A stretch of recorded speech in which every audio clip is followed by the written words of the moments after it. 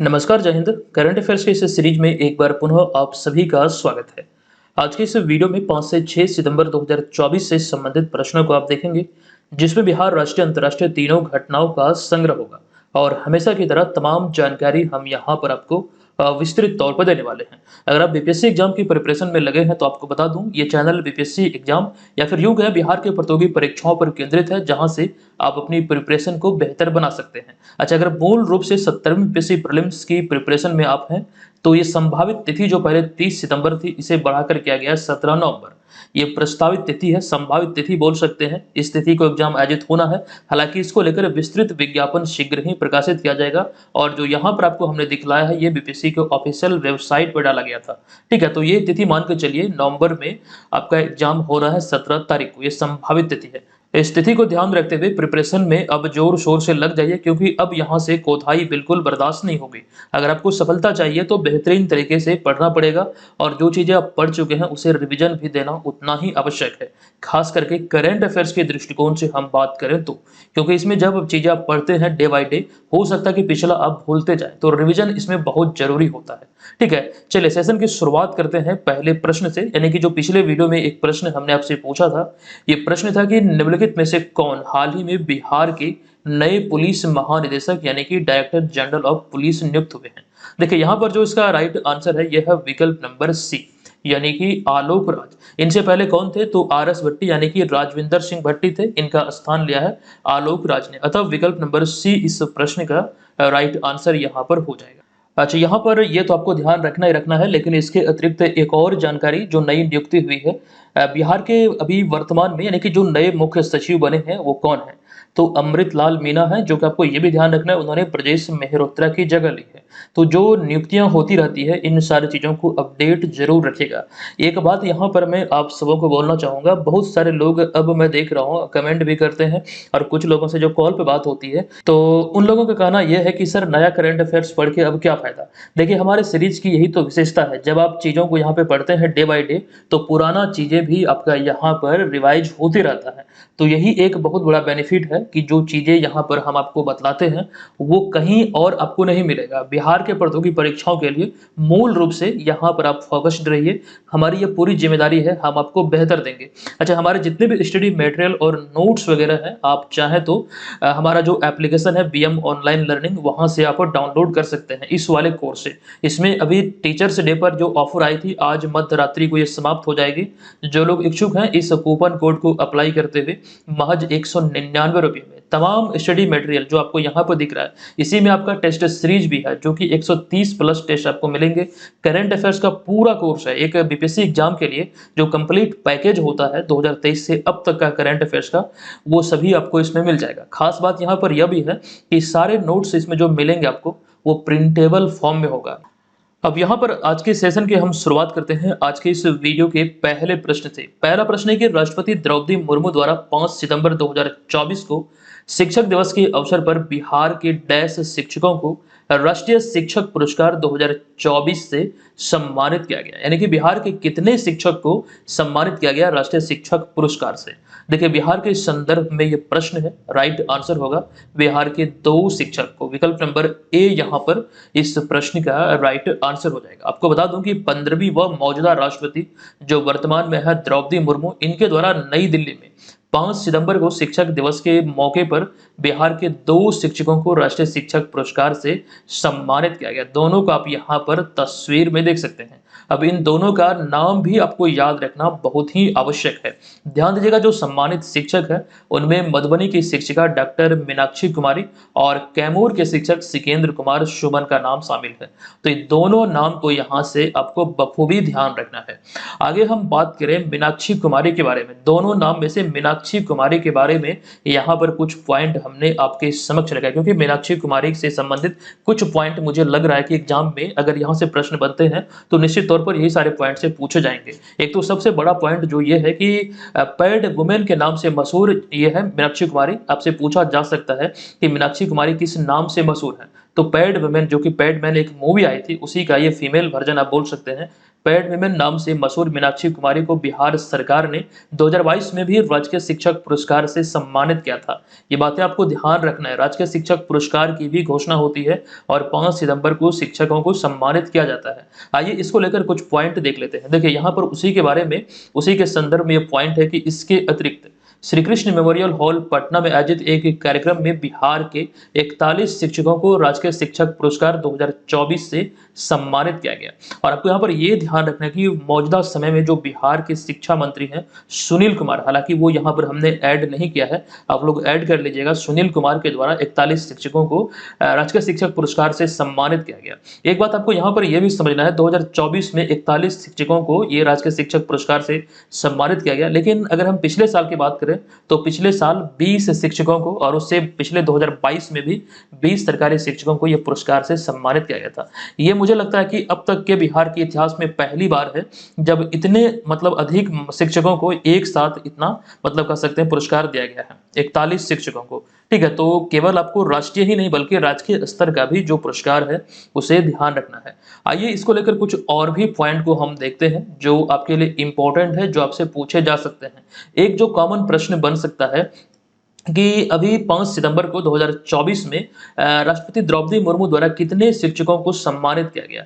तो ओवरऑल पूरे भारत से सभी कैटेगरी में कुल मिला के 82 शिक्षकों को सम्मानित किया गया। इन 82 में से आपको ध्यान रखना है कि जो 50 शिक्षक हैं वो 28 राज्यों और 3 केंद्र शासित प्रदेशों, साथ साथ 6 संगठनों से शामिल हैं। ठीक है, लेकिन इसके अतिरिक्त अगर इन 50 शिक्षकों में बात करें महिला पुरुष वर्ग के दृष्टिकोण से तो 34 पुरुष हैं, 16 महिलाएं हैं। और इन दोनों में से मिला के देखें तो 2 दिव्यांग शिक्षक हैं और साथ साथ 1 दिव्यांग बच्चों के साथ काम करने वाले शिक्षक शामिल है। तो ओवरऑल जो इसकी संख्या ये 50 है। लेकिन इसके अतिरिक्त जो रिमेनिंग यहाँ पे बच जाता है 32, इसमें आपको ध्यान रखना है जो 16 शिक्षक हैं ये उच्च शिक्षा विभाग के हैं, जबकि कौशल विकास एवं उद्यमिता मंत्रालय के भी 16 शिक्षकों को सम्मानित किया गया।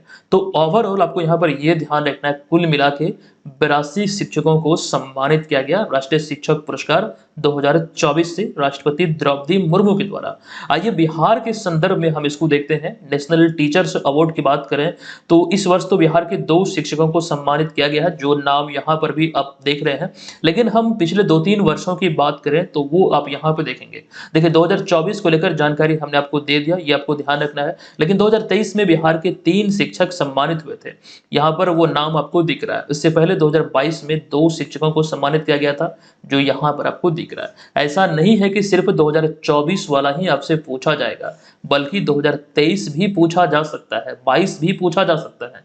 ऐसा मैं इसलिए बोल रहा हूँ कि रिसेंटली जो बीपीएससी हेडमास्टर वाला एग्जाम आयोजित हुआ था वहां पर बजट 2022-23 से प्रश्न बना था। ये चीजें इंपॉर्टेंट हो जाती है क्योंकि अभी रिसेंटली 2024-25 वाला बजट पेश हुआ है, लेकिन प्रश्न कहां से बना?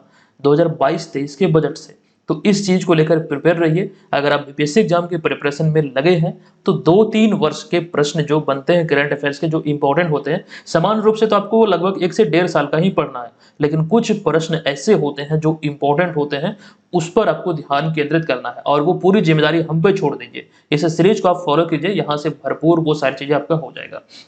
देखिए यहाँ पर दूसरे प्रश्न पे आते हैं। अच्छा, एक चीज यहाँ पर ये ध्यान रखिएगा, जो अभी आपको ये स्क्रीन पर दिख रहा है, एक नया सीरीज स्टार्ट हुआ है करंट अफेयर्स के एक्सपेक्टेड प्रश्नों का आपके 70वीं बीपीएससी प्रीलिम्स के लिए। तो ये सीरीज का पहला पार्ट है, ये अगर आप लोग नहीं देख पाए तो इसे जरूर देखिएगा, ये आपकी तैयारी का एक प्रकार से मूल्यांकन करेगा। अब यहाँ पर दूसरा प्रश्न है कि निम्नलिखित में से बिहार से एकमात्र दिव्यांग एथलीट डैश पेरिस पैरालंपिक 2024 में भारतीय दल का हिस्सा था, हालांकि वो कोई मेडल जीत पाने में असमर्थ रहा। देखिए यहाँ पर इनका नाम पूछा गया कि बिहार से भारतीय दल में कौन थे। जो हम बात कर रहे हैं पैरा एथलीट की, पैरालंपिक्स की बात हो रही है, तो स्वाभाविक तौर पर हम पैरा एथलीट की ही बात कर रहे हैं। तो इसमें आपको ध्यान रखना है शैलेश कुमार, जो कि जमुई के रहने वाले हैं।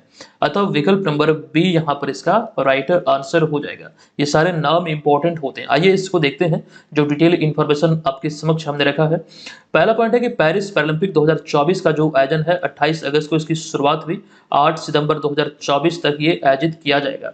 और इसके लिए भारतीय पैरालंपिक समिति ने 84 खिलाड़ियों का दल भेजा था और इसमें बिहार से एकमात्र एथलीट शैलेश कुमार भी इसमें शामिल थे, जो कि बिहार के जमुई जिला के रहने वाले हैं मूल रूप से। तो ये जिला भी उनका कौन सा है, ये ध्यान रखना है। हालांकि शैलेश कुमार यहाँ पर मेडल से चूक गए, थोड़ा सा कसर रह गया, नहीं तो एक कांस्य पदक इनके नाम होता। यहाँ पर देखिए, वो पुरुषों की हाई जंप T43-63 कैटेगरी में 1.85 मीटर के वेस्ट जंप के साथ चौथे स्थान पर रहे।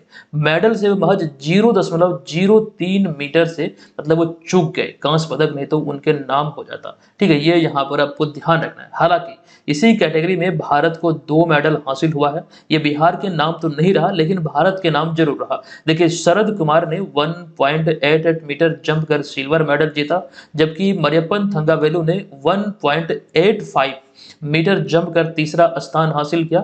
और इसके अतिरिक्त अमेरिका के इजरा फ्रेंच ने 1.94 मीटर के जंप के साथ पहला स्थान हासिल किया। ये यहाँ पर आपको ध्यान रखना है। कुछ डिफरेंस था, जो कि इस वजह से मरियप्पन थंगावेलु को तीसरा स्थान यहाँ पर मिला है। ठीक है, तो कांस्य पदक उन्हें मिला। ठीक है, ये सारी चीजें यहाँ पर आपको ध्यान रखना है। देखिए, एक इंपॉर्टेंट जानकारी मैं अभी आपको देने वाला हूँ, इसको ध्यान से समझिएगा इस वाले पॉइंट को। देखिए, श्रेयसी सिंह और शैलेश कुमार क्रमशः पेरिस ओलंपिक और पैरालंपिक में बिहार से भाग लेने वाले एकलौते खिलाड़ी थे या फिर एकलौते एथलीट थे। जो श्रेयसी सिंह जमुई में बीजेपी विधायक हैं, इन्हें आप यहाँ पर देख रहे हैं, यह है शैलेश कुमार। दोनों की अगर हम बात करें तो श्रेयसी सिंह पेरिस ओलंपिक में भाग लेती, हालांकि कोई मेडल नहीं जीत पाई। शैलेश कुमार पैरालंपिक में पार्टिसिपेट किए थे, हालांकि ये भी कोई मेडल नहीं जीत पाए। तो बिहार से पेरिस ओलंपिक और पैरालंपिक में 2 खिलाड़ी थे, श्रेयसी सिंह और शैलेश कुमार। ये बहुत इंपॉर्टेंट है, ध्यान रखने योग्य है। चलिए नेक्स्ट प्रश्न पे चलते हैं, लेकिन यहाँ पर पेरिस ओलंपिक से जुड़ी हुई बहुत सारी जानकारी आपके समक्ष है। हालांकि ये सारी बातें ऑलरेडी हम कई बार आपको बतला चुके हैं, यहाँ पर आपका समय नहीं लेंगे। जो लोग नहीं पढ़े हैं, थोड़ा सा वीडियो को पॉज कीजिए, इसे जरूर पढ़ लीजिए। इसके अतिरिक्त यहाँ पर और भी बहुत सारे पॉइंट है। जो ओलंपिक में भारत को 6 मेडल मिला उसकी जानकारी है, और पदक तालिका की जानकारी है। भारत कितने स्थान पर रहा वो यहाँ पे लिखा गया, 71वें स्थान पर 6 पदकों के साथ, जिसमें 1 सिल्वर था, 5 ब्रॉन्ज था। इसके अतिरिक्त जो भारतीय खिलाड़ियों का दल भेजा गया था पेरिस ओलंपिक के लिए, अभी थोड़ी देर पहले हम पैरालंपिक की बात कर रहे थे, 84 खिलाड़ी का दल भेजा गया था, लेकिन ओलंपिक में 117 खिलाड़ियों का दल भेजा गया था। यहाँ पर आपको दिख रहा है कि कौन कौन से राज्य से कितने खिलाड़ी थे, कंप्लीट इंफॉर्मेशन यहाँ पर दी गई है। हम इसे स्किप करते हैं, चलते हैं अगले प्रश्न पे। तीसरा प्रश्न है, किस भारतीय प्रौद्योगिकी संस्थान के एक नए परिसर का उद्घाटन हाल ही में 2 सितंबर 2024 को अबू धाबी में किया गया? संयुक्त अरब अमीरात की जो राजधानी है अबू धाबी, यहाँ पर किया गया है। देखिए, ये बहुत कॉमन प्रश्न है, बहुत दिनों से खबरों में था। मुझे लगता है कि 7 से 8 बार हमने इसकी जानकारी दिया होगा। अब ये परिसर का उद्घाटन हो चुका है, तो ऐसे में आप लोग इसका आंसर कर दिए होंगे IIT दिल्ली, क्योंकि जो घोषणा जब हुई थी तब भी हमने आपको बताया था। विकल्प नंबर ए यहाँ पर इसका राइट आंसर होगा। ध्यान दीजिए, हाल ही में 2 सितंबर 2024 को अबू धाबी में भारतीय प्रौद्योगिकी संस्थान दिल्ली यानी कि IIT दिल्ली अबू धाबी परिसर का उद्घाटन किया गया। कहाँ पर किया गया? तो अबू धाबी में किया गया। ठीक है, ये ध्यान रखिए। नेक्स्ट पॉइंट की बात करें तो इसका जो उद्घाटन है, ये अबू धाबी के क्राउन प्रिंस शेख खालिद बिन मोहम्मद बिन जायद अल नहयान के द्वारा किया गया। अब यहाँ पे देखिए, इसकी जो घोषणा हुई थी जो परिसर स्थापित करने को लेकर, ये फरवरी 2022 में ही हुई थी। पहली बार तभी हमने आपको बताया था 2022 में, ये बात आपको ध्यान होगा। और उसके पश्चात भी कई बार जब जब भी इस तरह के चर्चा हम करते हैं, हमारा आदत है कि संबंधित पॉइंट आपके साथ डिस्कस करना, तो हमने कई बार आपको बताया है। इसके साथ ही यहाँ पर एक प्रश्न अराइज हो जाता है कि IIT दिल्ली भारत के बाहर स्थापित करने वाला, या फिर यहाँ पर देखिए स्थापित होने वाला यह पहला प्रौद्योगिकी संस्थान है या फिर पहला परिसर है। ये ध्यान रखिएगा, IIT दिल्ली के द्वारा, IIT दिल्ली के संदर्भ में यहाँ पर बात हो रही है। हालांकि इसी तरह की एक जानकारी आपको ये भी हमने दिया है कि 5 जुलाई 2023 को भी इसी तरह का एक समझौता हुआ था, जिसके तहत भारतीय प्रौद्योगिकी संस्थान मद्रास, जो कि तंजानिया के जंजीबार में अपना एक परिसर स्थापित करेगा। ठीक है, ये भी जानकारी आपको दिया हुआ है। आई होप ये चीजें आपको याद आ रही होगी। ठीक है, ये सारी बातें ध्यान रखिए। हम चलते हैं अगले पॉइंट पे। अगर आपसे ये पूछा जाए कि भारत का पहला प्रौद्योगिकी संस्थान कौन सा है, और ये कब स्थापित हुआ था? तो भारत का पहला प्रौद्योगिकी संस्थान है IIT खड़गपुर, जो वर्ष 1951 में स्थापित किया गया था। देखिए यहाँ पर शिक्षा की बात हो रही है। वर्तमान में भारत के शिक्षा मंत्री धर्मेंद्र प्रधान है। यहाँ पर उद्घाटन समारोह में भी धर्मेंद्र प्रधान गए हुए थे, ये ध्यान रखिएगा। और अभी थोड़ी देर पहले हम बतला रहे थे बिहार के शिक्षा मंत्री कौन है, सुनील कुमार है। चलिए अब यहाँ पर हमारा अगला चौथा प्रश्न है कि किस देश के ग्रामीण क्षेत्रों में स्वास्थ्य सेवाएं मुहैया करने वाले डॉक्टरों या फिर चिकित्सकों के एक एकीकृत संगठन को हाल ही में रेमन मैग्सेसे पुरस्कार से सम्मानित किया गया है। देखिए बहुत इंपॉर्टेंट हो जाता है रेमन मैग्सेसे पुरस्कार। अभी जो यहाँ पर कैटेगरी हमने आपको दिया है कि स्वास्थ्य सेवाएं मुहैया करने वाले डॉक्टरों या फिर चिकित्सकों को एक संगठन को जो सम्मानित किया गया है, ये किस देश के हैं? तो ये है थाईलैंड के। अतः विकल्प नंबर डी यहाँ पर इस प्रश्न का राइट आंसर हो जाएगा। आइए यहाँ पर हम सारी जानकारी आपको दे दें। देखिए सबसे पहला पॉइंट है कि रेमन मैग्सेसे पुरस्कार का जो नाम है ये फिलीपींस के 7वें राष्ट्रपति के नाम पर रखा गया है और इस पुरस्कार को एशिया का नोबेल भी कहा जाता है। यह पुरस्कार उन लोगों या फिर समूहों को दिया जाता है जो कि एशिया के उत्थान में अपनी महत्वपूर्ण भूमिका निभाते हैं या फिर महत्वपूर्ण योगदान देते हैं। ऐसे में 2024 में जो अभी हाल ही में पुरस्कारों की घोषणा हुई है, सबसे पहले तो ये ध्यान रखिए ये इसका 66वां संस्करण है रेमन मैग्सेसे पुरस्कार का। और यहाँ पर वो कंप्लीट जानकारी आपको दिया गया है। जो इसमें विजेता एक तो भूटान के हैं, वियतनाम के हैं, इंडोनेशिया के हैं, जापान के हैं। ये जो मतलब इंडिविजुअल शख्स हैं, ठीक है। लेकिन जो 5वें नंबर पे आपको दिख रहा है रूरल डॉक्टर्स मूवमेंट, जो कि थाईलैंड का एक संगठन है, इसको भी सम्मानित किया गया है। तो ये इंपॉर्टेंट जानकारी है, सभी का नाम यहाँ से ध्यान रखिए, ये सभी इंपॉर्टेंट आपके लिए होते हैं। तो ये है 66वां रेमन मैग्सेसे पुरस्कार। अच्छा, पिछले साल जो 2023 में 65वें संस्करण को लेकर हमने आपको जानकारी दिया था, वो आप यहाँ पर देख सकते हैं। देखिए इसमें आपको एक नाम दिखेगा भारत का, डॉक्टर रवि कन्नन का, ठीक है, ये ध्यान दीजिएगा। अब यहाँ पर मैं आपको जानकारी देने वाला हूँ। हालांकि 65वां जो संस्करण था ये 4 लोगों को सम्मानित किया गया, लेकिन अब यहाँ पर जो अहम जानकारी है वो ये है कि अब तक 57 भारतीय को रेमन मैग्सेसे पुरस्कार मिल चुका है या फिर सम्मानित किया जा चुका है। ये वाला पॉइंट मैं यहाँ पर इसलिए भी जोर देकर आपको बतला रहा हूँ क्योंकि बहुत सारे सोर्स में इसे 56 बतलाया गया है। ये जो 2023 वाला इसे काउंट ही नहीं किया गया क्योंकि बहुत सारे आर्टिकल में ये 56 लिखा गया है, बहुत सारे न्यूज पेपर में भी हमने देखा है 56 लिखा गया, इसको ऐड नहीं किया। 2023 वाले को ऐड करेंगे तो ये 57 हो जाएगा। अब यहाँ पर आपके मन में ये सवाल उठेगा कि पहली बार या फिर पहले भारतीय कौन थे ये पुरस्कार पाने वाले? तो 1958 में आचार्य विनोबा भावे यह पुरस्कार पाने वाले प्रथम भारतीय बने थे। फिर 1962 में रेमन मैग्सेसे पुरस्कार से सम्मानित होने वाली प्रथम भारतीय महिला बनी थी मदर टेरेसा, ये ध्यान रखिए। रिसेंटली अगर हम बात करें तो 2019 में रवीश कुमार, फिर 2023 में डॉक्टर रवि कन्नन यह पुरस्कार पाने वाले तत्कालीन भारतीय हैं। ठीक है, ये अहम जानकारियां जो आपके समक्ष है बहुत ही अपने आप में इंपॉर्टेंट है, सभी को ध्यान आपको रखना है। रवि कन्नन को आप यहाँ पे देख सकते हैं। अब यहाँ पे देखिए हम आज के हैं 5वें प्रश्न पे। प्रश्न है, हाल ही में खबरों में रहा महाराजा ट्रॉफी का संबंध निम्नलिखित में से किस खेल से है? ट्रॉफी से संबंधित इस तरह के पैटर्न वाले प्रश्न एग्जाम में पूछे जाते हैं। देखिए महाराजा ट्रॉफी का जो संबंध है ये क्रिकेट से है। विकल्प नंबर सी इस प्रश्न का राइट आंसर हो जाएगा। आपको बता दूं कि महाराजा ट्रॉफी का संबंध क्रिकेट से है, जो कि कर्नाटक राज्य क्रिकेट संघ द्वारा आयोजित किया जाने वाला एक घरेलू टूर्नामेंट है। अभी ये खबरों में इसलिए है क्योंकि हाल ही में 1 सितंबर 2024 को करुण नायर की कप्तानी वाले मैसूर वॉरियर्स ने बेंगलुरु ब्लास्टर को शिकस्त देकर महाराजा ट्रॉफी का खिताब अपने नाम किया है। ये यहाँ पर आपको ध्यान रखना है किस टीम ने अपने नाम किया है, तो आपको ध्यान रखना मैसूर वॉरियर्स ने बेंगलुरु मास्टर्स को या फिर बेंगलुरु ब्लास्टर्स को हराकर इस खिताब को अपने नाम किया। ये संबंधित है क्रिकेट से। अच्छा इतना ही नहीं, यहाँ पर हम और भी आपको जानकारी देंगे क्रिकेट से संबंधित वो सारे ट्रॉफी जो बार बार रिपीटेड मोड में आपके एग्जाम में पूछे गए हैं, जैसे कि नागेश ट्रॉफी हो गया। ये आपको ध्यान रखना है राष्ट्रीय दृश्य बाधित T20 क्रिकेट टूर्नामेंट है जो भारत में आयोजित होता है। 2 फरवरी 2024 को कर्नाटक ने आंध्र प्रदेश को हराकर ये खिताब अपने नाम किया है। और दिलीप ट्रॉफी भी संबंधित है क्रिकेट से। सैयद मुश्ताक अली, ये बहुत इंपॉर्टेंट, ये भी क्रिकेट से ही संबंधित है। उसके बाद यहाँ पर अगला है देवधर ट्रॉफी, ये भी क्रिकेट से ही संबंधित ट्रॉफी है। ठीक है, अब यहाँ पर हम इसे स्किप करते हुए चलते हैं आगे अगले प्रश्न पे। ये छठा प्रश्न है कि विश्व बैंक यानी कि वर्ल्ड बैंक ने भारत के लिए अपने विकास दर के पूर्वानुमान को या फिर विकास पूर्वानुमान को संशोधित करते हुए वित्तीय वर्ष 2024-25 के लिए इसे 6.6% के पूर्वानुमान से बढ़ाकर कितना कर दिया है? इंपॉर्टेंट प्रश्न है और इस तरह के प्रश्न आपको ध्यान रखना डेटा चेंज होते रहते हैं। फिलहाल यहाँ पर इसका राइट आंसर है, ये 7% रहने का आकलन किया गया है सितंबर 2024 की रिपोर्ट को देखें तो। आपको बता दूं पुनः से कि ये इस तरह के जो डेटा होते हैं वो परिवर्तित होते रहते हैं, तो इसको पैनी नज़र इस पर रखना है, ध्यान रखना है ये सारी चीज़ों को। देखिए वैसे यहाँ पर लिखा गया है कि जो विकास दर का जो अनुमान था वो पहले 6.6% था, अब बढ़ाकर इसे 7% किया गया। फिलहाल यहाँ पर इतनी ही जानकारी है। हम आगे 7वें प्रश्न पे आते हैं। प्रश्न है, हाल ही में खबरों में रहा प्रोजेक्ट मोरनी का संबंध निम्नलिखित में से किससे है? देखिए प्रोजेक्ट मोरनी जो भी हाल ही में खबरों में है, ये संबंधित है गूगल डीप माइंड से। आपको ध्यान रखना विकल्प नंबर ए इस प्रश्न का राइट आंसर हो जाएगा।